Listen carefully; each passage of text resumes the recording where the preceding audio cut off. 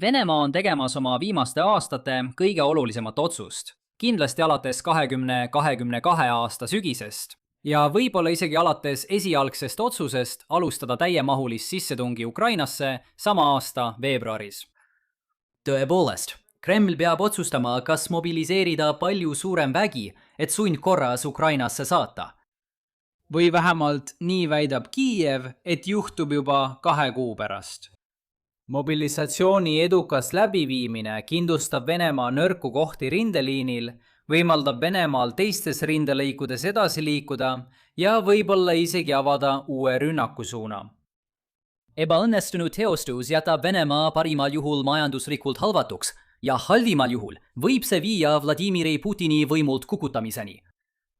Kuid kuna tegemist on geopoliitika maailmaga, ei pruugi kõik olla nii, nagu paistab.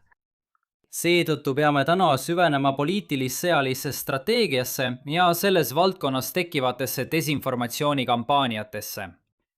Kuid me võime näha, kuidas Ukraina mängib oma mängu, mis võib käivitada probleemid, mida Venemaa püüab vältida, kuid samal ajal võib põhjustada täpselt need probleemid, mida Ukraina ise soovib vältida. Seega käsitleme täna seda teemat 4 etapis. Kõigepealt annan teile ülevaate mobilisatsiooni puudutava väite taustast. Mis võib juhtuda, millal see võib juhtuda ja miks Venemaa seda teha sooviks? Seejärel uurime, miks Ukraina soovib seda eelseisvat mobilisatsiooni või väidetavat mobilisatsiooni nii innukalt avalikustada. Ja neile teist, kes on minuga juba aastaid olnud, jah, me viitame jälle sellele sildile. Siiski kaasneb selle strateegiaga olemuslik risk. Kui see on tõhus, kuid Putin omab Venemaal kindlat poliitilist kontrolli, võib kogu asi lõpuks tagasilöögina lõppeda. Me uurime, miks see nii võiks olla ja millised tingimused on selleks vajalikud. Lõpuks vaatame Ukrainasse, et leida vihjeid selle kohta, kas mobilisatsioonihoiatus on tõsiselt mõeldud ning seome selle poliitilise skandaaliga, mis seal eelmisel nädalal puhkes. Aga alustame mobilisatsiooniväite ülevaatega. Lühidalt öeldes väidab Ukraina, et on suur oht, et Venemaa mobiliseerib Ukrainas teenima kuni 500 000 meest. See võib juhtuda juba 2 kuu pärast. See langeb kokku Venemaa parlamendivalimiste lõpuga, mis lõpevad 20. septembril. Nagu me kohe varsti palju põhjalikumalt arutame, oleks mobilisatsioon riigis ebapopulaarne poliitika ja seetõttu ei tahaks Kreml seda enne valimiste lõppu välja kuulutada. Ma tean, et see võib tunduda kummaline, sest Venemaa on üha autoritaarsem riik. Kuid Putini võimul ja kontrollil elanikkonna üle on siiski veel piirid. Isegi valimised, mille võitjad on ette määratud, tekitavad autokraatides muret, sest valimised ise võivad olla kodanike jaoks üleskutseks koordineeritud protestidele. Kremli võimu piire on näha isegi mobilisatsiooniprotseduuris endas.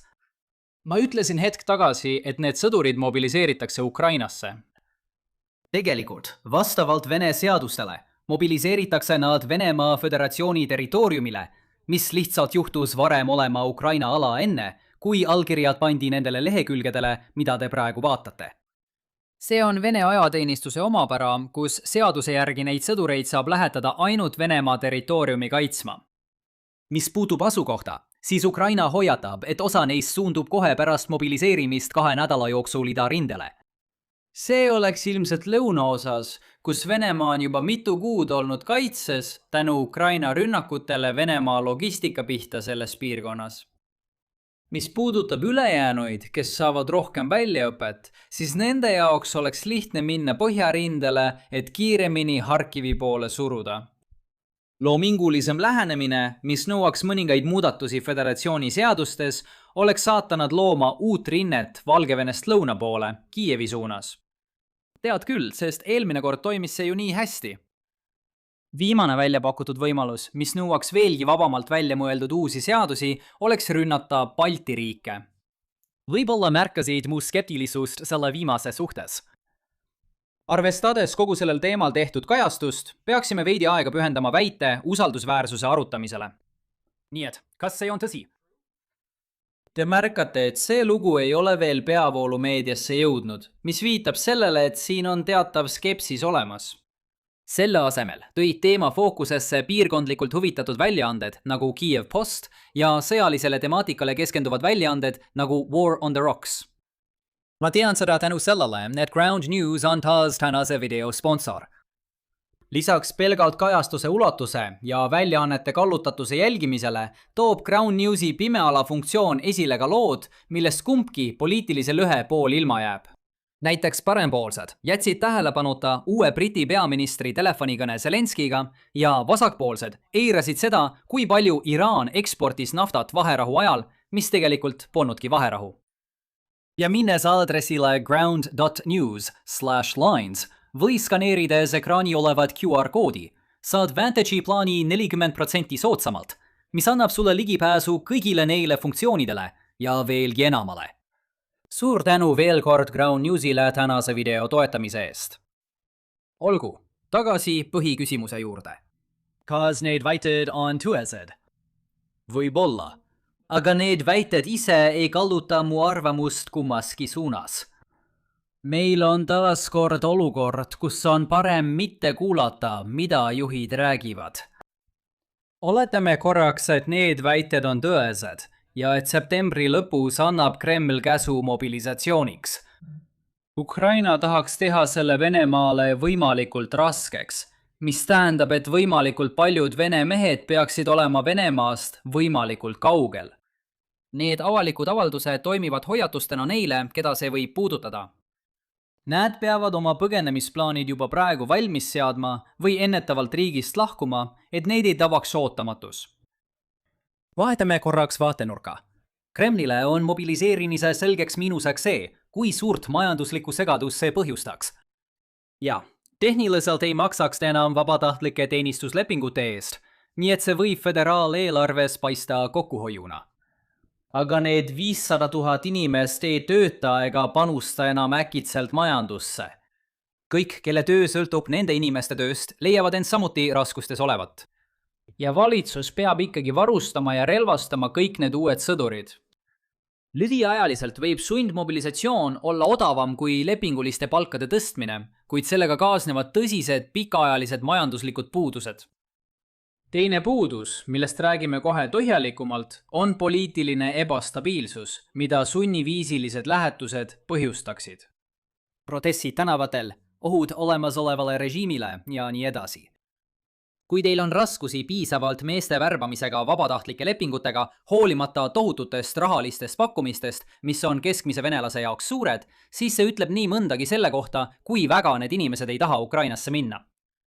Venemaa pakub endiselt neid lepinguid, mis näitab, et vähemalt praegu peetakse sundvärbamist veelgi halvemaks lahenduseks. Kui tulla tagasi Kiievi vaatenurga juurde, siis kui suudad põhjustada selle majandusliku vapustuse ja poliitilise kriisi ilma, et Venemaa oleks isegi otsustanud mobilisatsiooni alustada, tundub see nagu tasuta võit. Okei, aga kuidas võiksid sa neid reaktsioone esile kutsuda? Veendes kõiki, et mobilisatsioon võib juhtuda iga hetk. Omakorda ei ole Ukraina sõnumil iseenesest usaldusväärsust. Sõltumata sellest, kas see on tõsi või mitte, näib, et Kiiev sooviks edastada sama sõnumit. Seetõttu need lood köidavadki minu huvi. Aga ma ei ole kohe kindel, mida ma peaksin uskuma. See on enam-vähem see, kuidas NATO valitsused on suhtunud mõttesse, et Venemaa võib enne aasta lõppu rünnata mõnda Balti riiki. See mõte on absurdne, kuid see võib liitlasriikides tekitada Ukrainat toetavaid meeleolusid. See ei oleks kõige halvem tulemus ja samuti ei teeks paha, kui see suurendaks toetust liitlaste kaitsekulutustele, sest NATO on väga mures võimaliku Venemaa rünnaku pärast, umbes 4 aasta pärast, kui Kreml on Ukrainas peetavast sõjast veidi hinge tõmmanud. Samas peaksin märkima, et Venemaa võib soovida paigutada piirile rohkem vägesid, kui Vene eriüksused üritavad korraldada ebaregulaarset ja provokatiivset rünnakut, nagu luure on viidanud, et see on Poolas reaalne võimalus. Aga see erineb sellest, mida Ukraina on väitnud, mistõttu Ukraina konkreetset avaldust NATO vastu suunatud rünnakust peetakse vähe informatiivseks sõnumiks. Igatahes ma räägin hetke pärast usaldusväärsemast märgist, kuid ma arvan, et kõigepealt peaksime käsitlema võimalikku viisi, kuidas see võib Ukrainale hoopis kahjulikult mõjuda. Jällegi, mobilisatsioon Venemaal oleks äärmiselt ebapopulaarne poliitika. Tõepoolest, see tekitas nii palju vastupanu juba 2022. aasta sügisel, et Kreml pidi sellest taganema, kartes protestijaid tänavatel. Meile katlejatele pole selge, kui ebakindel Putin oma positsioonil tegelikult on. Kui ta arvab, et ta ripub juksekarva otsas, siis oleks ebatõenäoline, et ta kuulutaks mobilisatsiooni välja ükskõik millistes tingimustes. See sobib ideaalselt Ukraina näiliku strateegiaga, kuna see võib vähemalt anda Kremlile veel ühe asja, mille pärast muretseda, ja parimal juhul sütitada ülestõusud, mida Ukraina üldiselt sooviks. Vastupidiselt kujutle, et Putin tunneb end mõõdukalt ebakindlalt.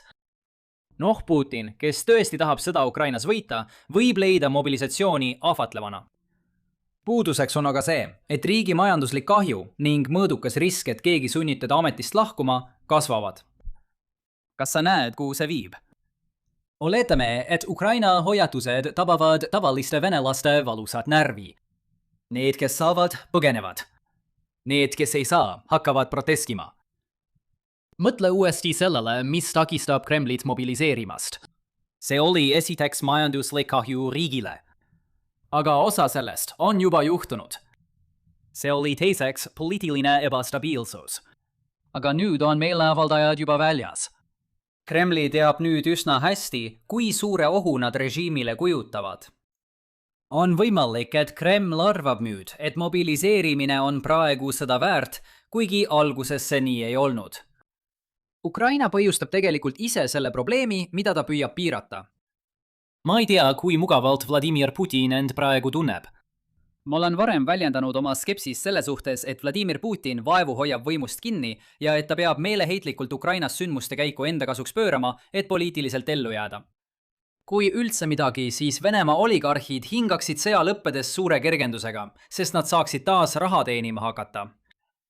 Olen samuti väljendanud oma skepsist selle suhtes, et mobiliseerimine oleks sellele probleemile hea lahendus, sõltumata Vladimir Putini võimu tugevusest.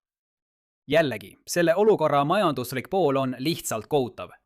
Ja ma ei arva, et mobilisatsiooni näol viimase võimaluse peale lootmine oleks parem lahendus. Pea meeles, et ka need 100 000 uued sõdurid vajavad varustust. Kreml ei saa seda probleemi lahendada ka sellega, et võtab sundkorras 1 000 000 töölist tehastesse tööle ja laseb neil tasuta tööd teha. Sellegipoolest peaksin ma oma veendumused ümber hindama, kui Putin tõesti selle sammu astub. Üks tõlgendus, ja olen kindel, et sellest saab ka valdav narratiiv, on see, et Putin on nii meeleheitel, et tal polnud muud valikut kui päästikule vajutada. Samas võiks seda sammu seletada ka sellega, et Putini võimuhaare on nii tugev, et tõeliselt poliitilised riskid on minimaalsed võrreldes sellega, mida ta võib võita lisanduvast elavjõust. Ükski neist järeldustest ei tundu mõistlik, arvestades seda, mida me teame, mistõttu mobilisatsiooni väljakuulutamine olekski nii kummaline. Lõpetuseks tänaseks arvan ma, et kõik, mida me oleme selles osas Ukraina poolt näinud, ei ole lihtsalt tühi jutt. Võib-olla jälgite praegu Kiievis toimuvat skandaali, mis puudutab Volodõmõr Zelenski otsust vabastada kaitseministri kohalt Mihhailo Fedorov. Fedorov oli riigis populaarne, kuid tal tekkis tüli Ukraina sõjaväejuhi kindral Oleksandr Sõrskiga. Avalikkusele esitatud seletus on, et Fedorov ei olnud rindele värbamisel tõhus, mida Ukraina komanderid peavad sobivaks vastumeetmeks Venemaa mobilisatsioonile. See tekitas kahe leeri vahel lõhe, kus Volodõmõr Zelenski asus lõpuks Sõrski poolele. Omakorda on Fedorovi vallandamine kulukas signaal, et Ukraina väited mobilisatsiooni kohta vastavad tõele. Te ei tahaks vallandada populaarset ja tõhusat ministrit, eriti sõja tehnilises osas, kui poleks mõnda muud pakilist muret. Lihtsalt meeldetuletuseks, et kõigi hinnangul on Fjodorov peamiselt vastutav Ukraina edasiliikumise eest lõunas. Siiski ei tohiks me seda võtta kinda tõendina, et mobilisatsioon on tõepoolest Ukraina poliitikakujundajate mõtetes. Fjodorovi lahkumine võib samuti olla sisepoliitika tulemus ning see toimib mugava ettekäändena. Nagu alati jääme meie, välisvaatlejad, teadmatusse ja peame ootama rohkem teavet, et paremini mõista, mis toimub. Pean ka märkima, et protestid jätkuvad sel ajal, kui ma seda kirjutan, ning on palju spekulatsioone, et Zelenski vahetab peagi välja ka Sõrski. Tõepoolest, võib-olla on see juba juhtunud selleks ajaks, kui te seda videot vaatate.